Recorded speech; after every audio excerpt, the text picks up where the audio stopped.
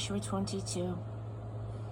Then Joshua called together the Reubenites, the Gadites, and the half-tribe of Manasseh. He said, "You have carried out everything that Moses, the servant of God, commanded you, and you have obediently done everything I have commanded you.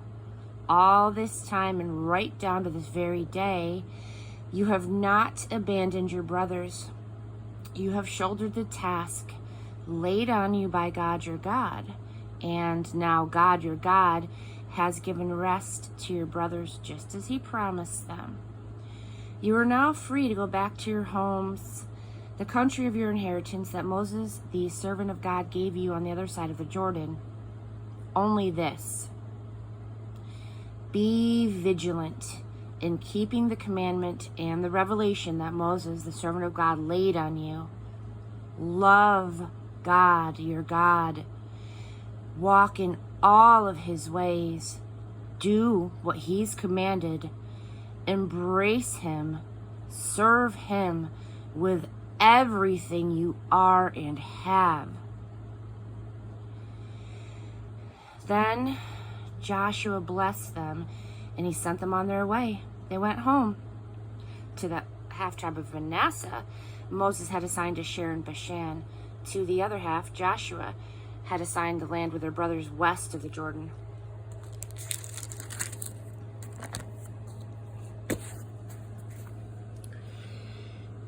When Joshua sent them off to their homes, he blessed them. He said, "Go home.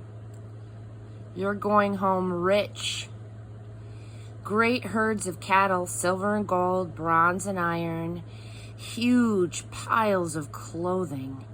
Share the wealth with your friends and families. All of this plunder from your enemies." The Reubenites, the Gadites, and the half-tribe of Manasseh left the people of Israel at Shiloh in the land of Canaan to return to Gilead, the land of their possession, which they had taken under the command of Moses as ordered by God. They arrived at Gileath on the Jordan, touching on Canaanite land. There, the Reubenites, the Gadites, and the half-tribe of Manasseh built an altar on the banks of the Jordan, a huge altar. The people of Israel heard of it. "What's this? The Reubenites, the Gadites, and the half-tribe of Manasseh have built an altar facing the land of Canaan at Gileath on the Jordan, across from the people of Israel."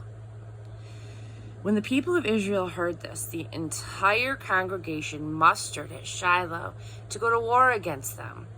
They sent Phinehas, son of Eleazar the priest, to the Reubenites, Gadites, and the half-tribe of Manasseh, or that is to the land of Gilead. Accompanying him were 10 chiefs, 1 chief for each of the 10 tribes, each the head of his ancestral family. They represented the military divisions of Israel. They went to the Reubenites, the Gadites, and the half-tribe of Manasseh and spoke to them. The entire congregation of God wants to know, what is this violation against the God of Israel that you have committed? Turning your back on God and building your own altar? A blatant act of rebellion against God? Wasn't the crime of Peor enough for us? Why, to this day we aren't rid of it, still living with the fallout of the plague on the congregation of God. Look at you, turning your back on God. If you rebel against God today, tomorrow he will vent his anger on all of us, the entire congregation of Israel. If you think that the land of your possession isn't holy enough, but somehow contaminated, come back over to God's possession where God's dwelling is set up and take your land there, but don't rebel against God and don't rebel against us by building your own altar apart from the altar of God. When Achan, son of Zerah, violated the holy curse, didn't anger fall on the whole congregation of Israel? He wasn't the only one to die for his sin. The Reubenites, the Gadites, and the half-tribe of Manasseh replied to the heads of the tribes of Israel, "The God of gods is God. The God of gods is God."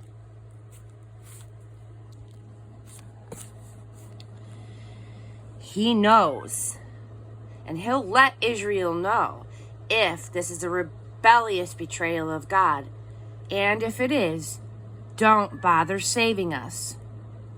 If we built ourselves an altar in rebellion against God, if we did it to present on it whole burnt offerings or grain offerings, or to enact their sacrificial peace offerings, let God decide.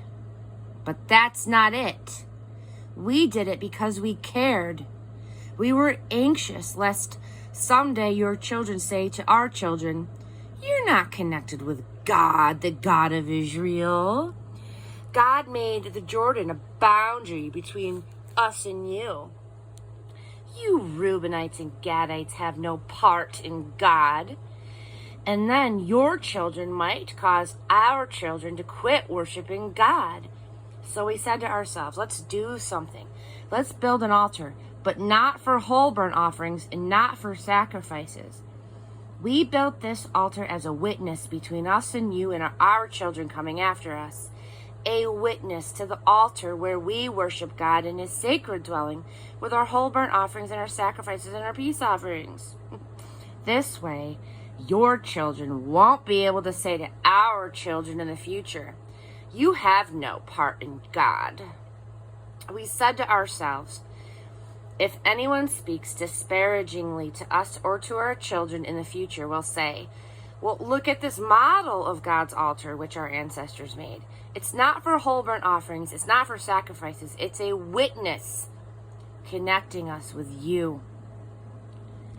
Rebelling against or turning our backs on God is the last thing on our minds right now. We never dreamed of building an altar for whole burnt offerings or grain offerings to rival the altar of our God in front of a sacred dwelling.